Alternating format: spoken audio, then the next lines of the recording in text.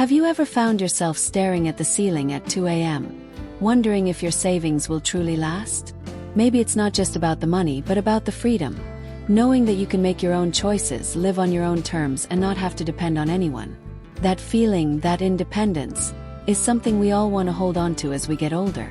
Let's be honest. Financial planning after 60 isn't exactly the kind of thing most people want to think about. You've worked hard your whole life, paid your dues, raised your family, maybe even helped out the grandkids. And now you just want peace of mind. You want to feel secure, comfortable, and maybe even enjoy a little adventure while you're at it. But here's the thing.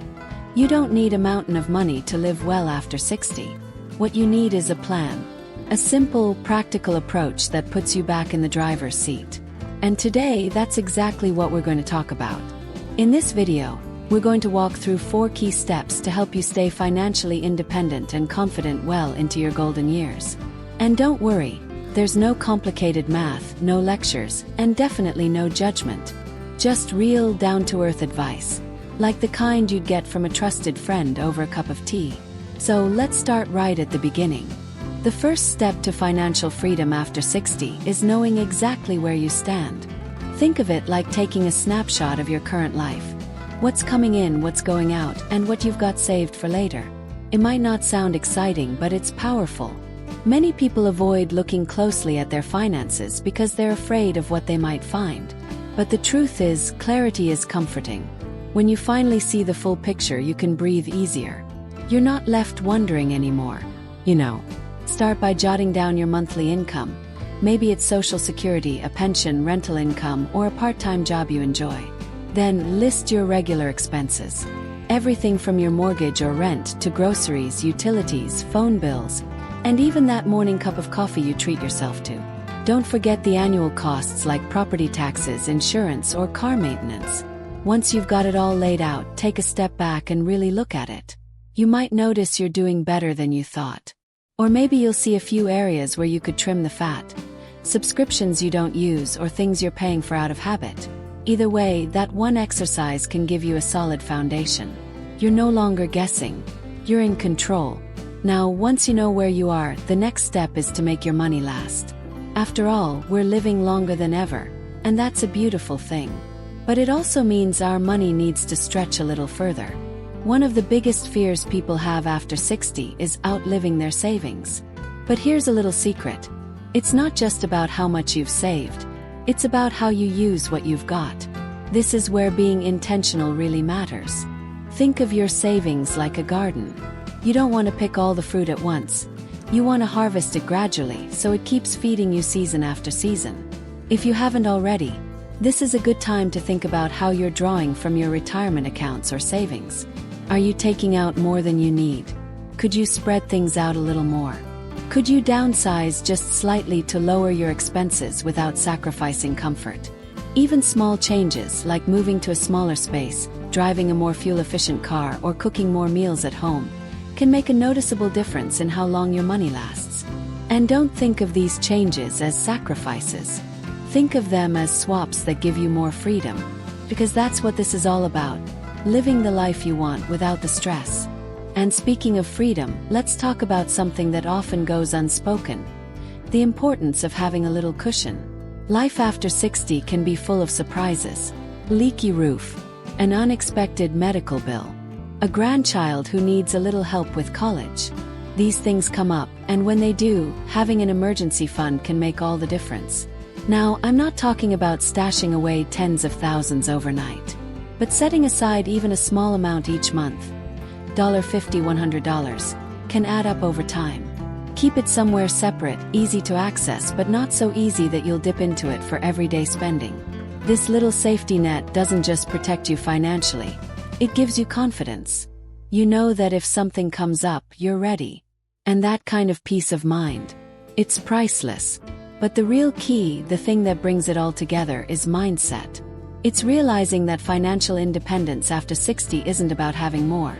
It's about needing less, planning smart, and staying in charge of your choices. You've made it this far in life with wisdom, grit, and resilience. You've seen good times and hard times. And now, you have the power to shape what comes next. Not by winning the lottery, but by making thoughtful, practical decisions that support the life you want. Because here's the truth. Independence doesn't come from how much is in your bank account. It comes from feeling in control.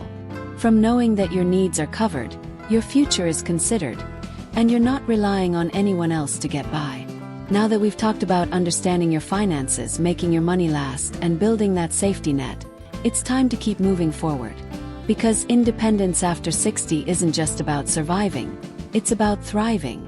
So now that you've taken the reins and started looking clearly at your financial picture, you've already done something incredibly powerful. You've given yourself a sense of clarity, something a lot of people go without for far too long. But let's take it a step further, because financial independence isn't just about saving money or trimming the budget. It's also about creating options, opening doors, and giving yourself choices. And one of the smartest ways to do that after 60 is by building multiple streams of income. Now don't worry. I'm not talking about going back to a 9-to-5 job or learning how to trade stocks. This is about creating small, steady sources of income that fit your lifestyle. Things that feel manageable, maybe even enjoyable. Maybe you've got a hobby that others find valuable. I know people who started baking small batches of cookies for neighbors and turned that into a local business.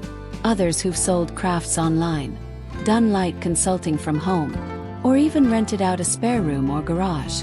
If you've got an extra car sitting around, you might consider renting it out occasionally. If you love pets, offering dog walking or pet sitting might be the perfect fit. These aren't side hustles meant to exhaust you. They're little streams that add up over time.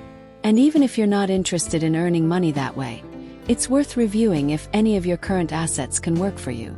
For example, if you've paid off most of your home, you might explore whether a reverse mortgage or downsizing could unlock some equity.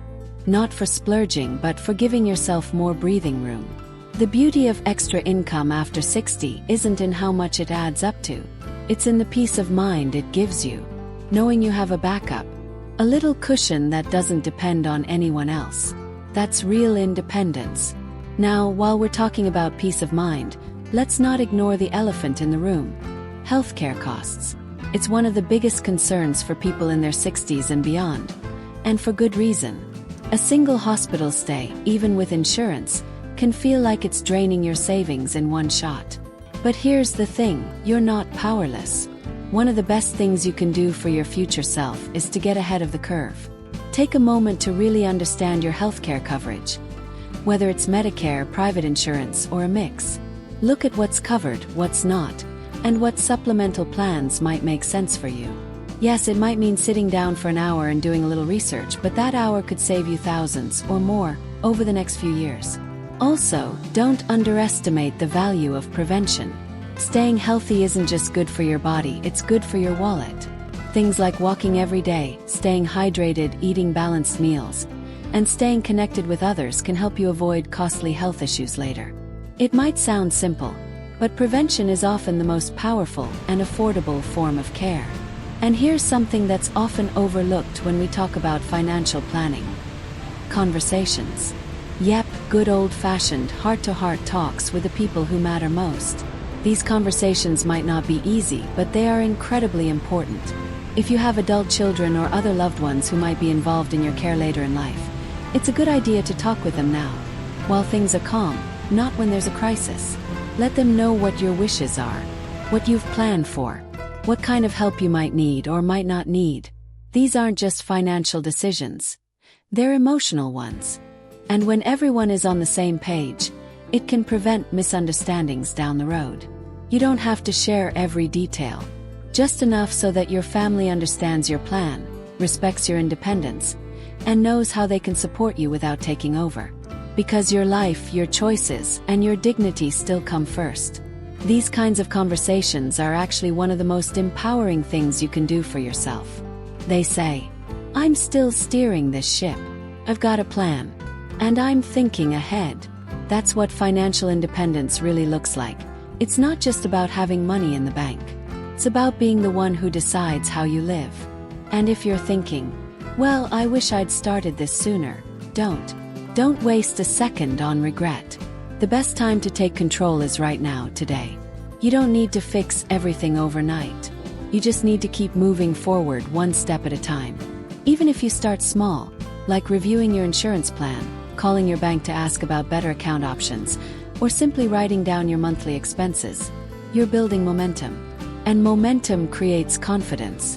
The more you take action, the more you'll realize that your future doesn't have to be uncertain. It can be shaped, and it can be shaped by you. Let's keep building on that momentum. You've already come this far. There's just one more step to explore. One that brings everything together and gives you the tools to protect the life you've worked so hard to build. At this point, you've taken a good look at your financial foundation. You've considered how to stretch what you already have, maybe even how to add a little extra through creative income. And you've had some honest conversations that bring clarity, not just for you but for your loved ones too. But there's still one powerful piece of the puzzle that ties it all together. And that's protecting what you've built. You've spent decades working, saving, and creating a life you're proud of. Now, it's time to put some gentle but solid guardrails in place so that your independence can last. Not just for today, but for the years ahead. One of the smartest moves you can make, especially after 60, is to organize your legal and financial documents. Now, I know this might not be the most exciting thing to think about, but I promise you it can bring a huge sense of relief. Not only for you but for your family as well. Let's start with something simple. Do you have a will? If you do, is it up to date? A will isn't just about passing things on. It's about making your wishes known, clearly and confidently. It tells the world, this is how I want things handled. And that's a gift, not just for you but for the people who care about you. Then there's something called a power of attorney. It sounds fancy, but really, it just means you're choosing someone you trust to help make decisions on your behalf if there's ever a time you can't do it yourself. That might be for financial matters, medical care, or both. The truth is, none of us knows what the future holds. But having a plan means you're prepared, not scared. And here's a gentle reminder. Make sure someone you trust knows where to find your important documents. That might be a folder in a safe place, a digital file with a password, or even a simple notebook that lists everything clearly. Insurance policies, bank accounts, contact info, your healthcare preferences, and so on. Doing this doesn't mean you're expecting the worst. It means you're making life easier for everyone around you just in case. And that kind of thoughtfulness, that's real leadership. That's legacy. But protecting your future isn't just about paperwork. It's also about protecting your mindset. As we get older, the world around us can start to feel a little more complicated. Scams, for example, have become incredibly sophisticated, especially those that target older adults. Phone calls pretending to be from banks, emails that look official, people who seem trustworthy but have bad intentions. It's okay to be cautious. In fact, it's smart. If something sounds too good to be true, it probably is. Don't be afraid to pause, ask questions, or check with someone you trust before giving out any information or sending money. You've worked too hard to let anyone take advantage of you. And if you ever do fall for something, don't let shame keep you quiet. It happens. Even the savviest people can get caught off guard. Speak up, report it, and know that it doesn't define you. What defines you is how you protect yourself moving forward, and how you help others do the same. Another way to stay strong financially and emotionally is to stay connected. Isolation can be one of the most dangerous things for people after 60, not just for your mental health, but for your finances too. When we feel lonely or disconnected, we're more vulnerable to poor decisions, risky behavior, or even being taken advantage of by others. But connection builds strength. Whether it's joining a local group, calling a friend regularly, volunteering, or even just chatting with a neighbor, those little interactions keep your mind sharp and your heart full. And when your heart is full, it's easier to make good decisions, stay focused, and keep living life on your own terms. Remember, financial independence isn't about cutting yourself off from others.